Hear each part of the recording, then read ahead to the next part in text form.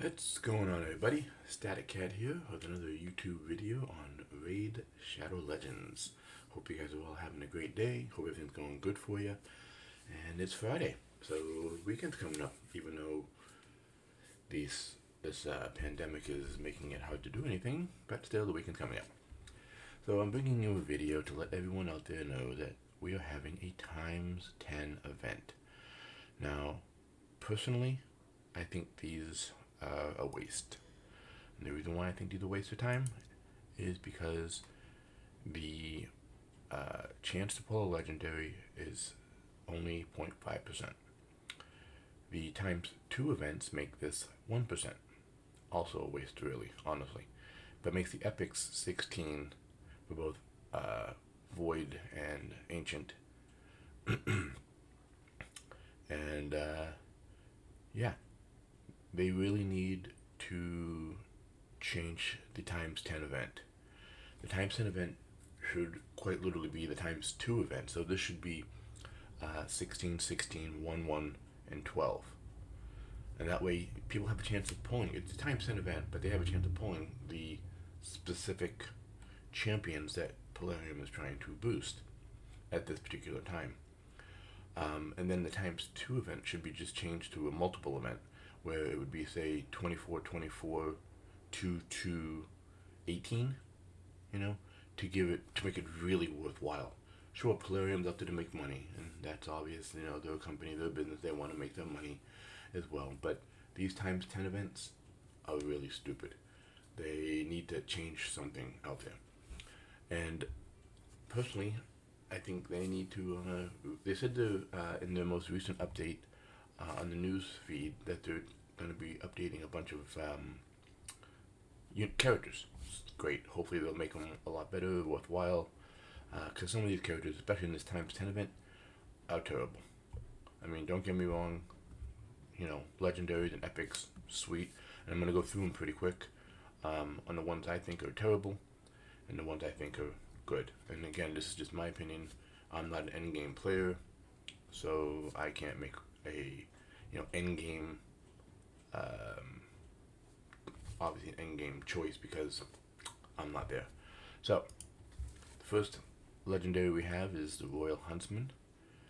He is a high elf legendary, and he has A1 is attacks one enemy, places a 50% increased attack buff on this champion for 2 turns if the attack was critical, and then attacks all enemies, places a 60% decreased defense debuff on the target for 2 turns if the attack was critical. And then Dead Aim, which is attacks one enemy, it will ignore defense by 50%. If he's ascended, it ignores it by 100%. That's the only saving grace on this guy, is that particular ability. Unfortunately, it's a 5-turn cooldown. Now, if you have a Prince Kaimar or something to make that 5-turn reset and do it again, that's awesome. But as it stands right now, he's good. I don't have him. May I go for him? No. I'm not a big fan of people who only target one enemy on their A1. And even though A1 is only, a 1 hit, so he's not going to be useful pretty much anywhere except maybe Spider for me if I had him.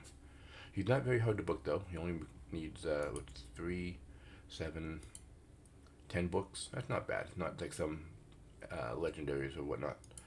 So that's Royal Huntsman. Candafon.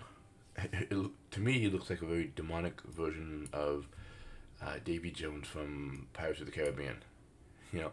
But again, attacks one enemy, places an extra hit if the target is under increased attack buff. Attacks all enemies, grants an extra turn if the attack kills an enemy. And then if you ascended him, he grants an extra turn and resets the cooldown on the hunt. And then on the hunt is places a perfect veil and 50% increased attack buff on this champion. But again, this is 5 turns. So this will reset it to do it again. Unfortunately, this is on a 4-turn. So every 3rd turn you can get this off if you have it completely booked. And for him, it's 9 books. So, but again, somebody I would never use if I had him. He would just sit in my vault. Baron, a Bannerlord. If nothing else, these guys are really cool looking. I really like the aesthetics of them. And this guy reminds me of a total paladin from D&D, although with the exception of the blue headband on the metal, which makes no sense because you're not going to sweat up there. Anyhow, attacks one enemy, will attack all remaining enemies with a surplus damage if the target is killed. 10% chance to unlock a secret skill, Sky Piercer, for one turn.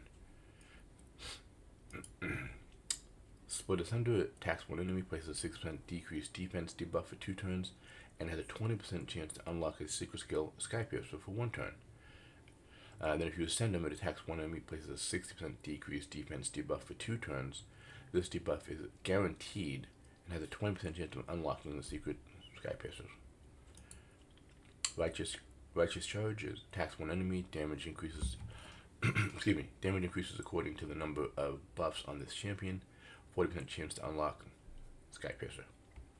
And hey, look, Sky Piercer attacks all enemies, deals pure damage, will ignore shields and blocks. Now that is great. Baron is one of the few that I think is actually worth trying to get. Again, attacks one enemy, but if you have the ability to unlock this Sky Piercer skill, it becomes really good. And obviously I'm not even sure if accuracy will even increase that. Maybe someone in the video can tell me down below if accuracy increases that. Because if it does, then I wouldn't mind going after Baron just to unlock the Sky Piercer, which deals damage to everybody when shield and block damage doesn't stop it. So Baron is somebody I would go for. Even if he doesn't do it, I would still go for him. And then Faction increases attack. Not Faction, I'm sorry, passive. Increases the ally attack in all battles, which is nice, not just Crypt or Arena. Now, this is the one guy I'm actually looking to get, and I only want to get him because I want to increase my Ogren Tribe faction war. He's actually pretty good, I think. Even though he attacks one enemy, he has a 20% chance of increasing attack buff on all allies for 1 turn if it's a critical. So, obviously you build him 100% critical, and then he drops increased attacks. And then the second one attacks all enemies 3 times and has a 50% chance to decrease the turn meter by 30%. Again, that's, great for Ogren Tribe. And then Warcry places a 15% decreased speed buff on all enemies for 2 turns, fills the turn meter of all allies by 20%. Granted, 7 turns, so it's only really 5 turns. But still, to book him, he is 4, 9, 11 books. So he's a little booky, but he's epic, so the book's a little easier to come by. But Shadowbones is somebody I wouldn't mind getting for my Ogren Tribe. Luria.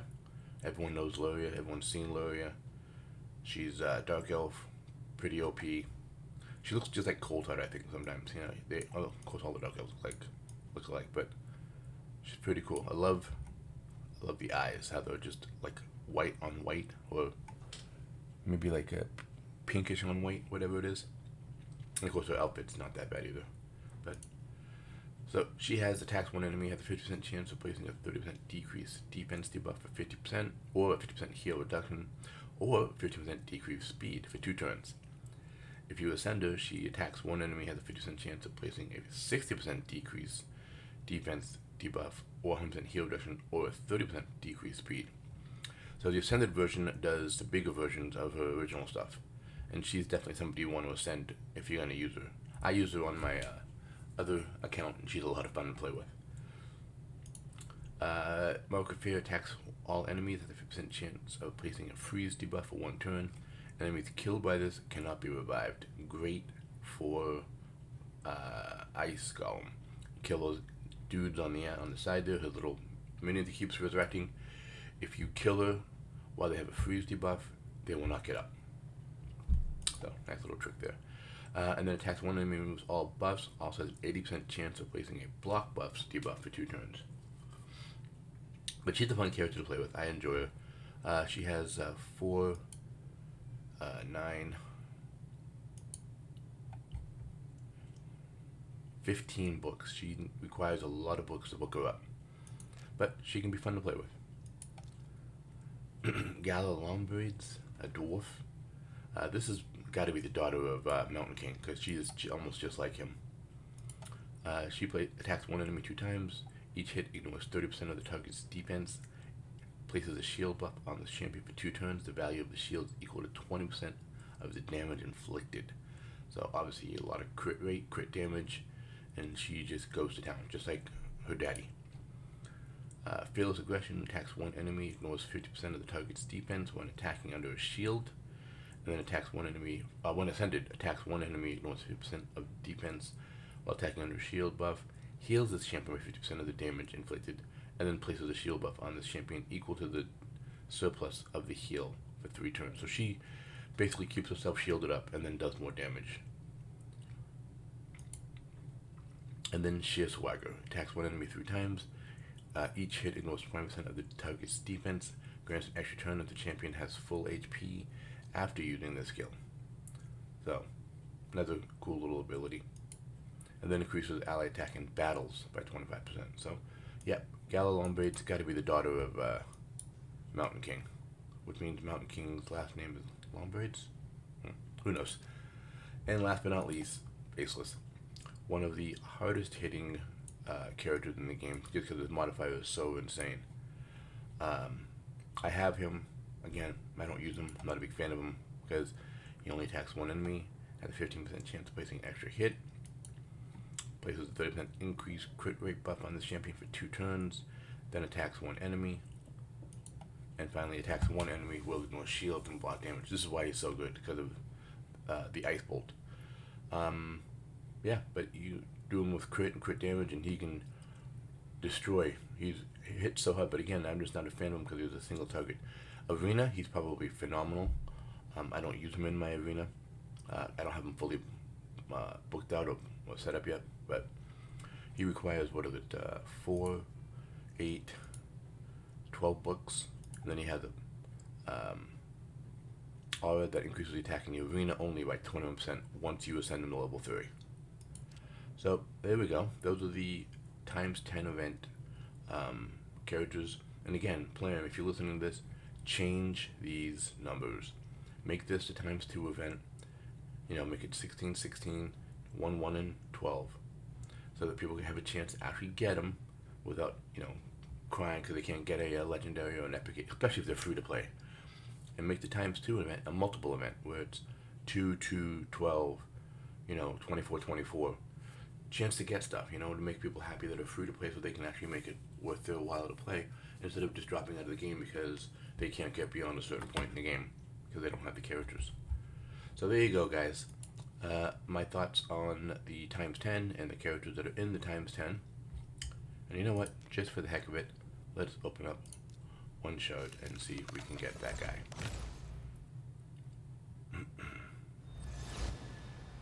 Nope. A ghoul. Someone's gonna become food. Alright, guys. Well, that's the video. I appreciate you watching. I hope you guys have a great day.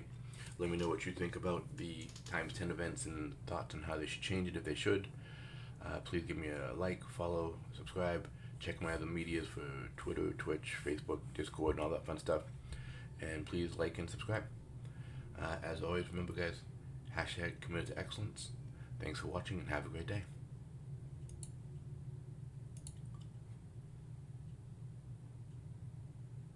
Ciao.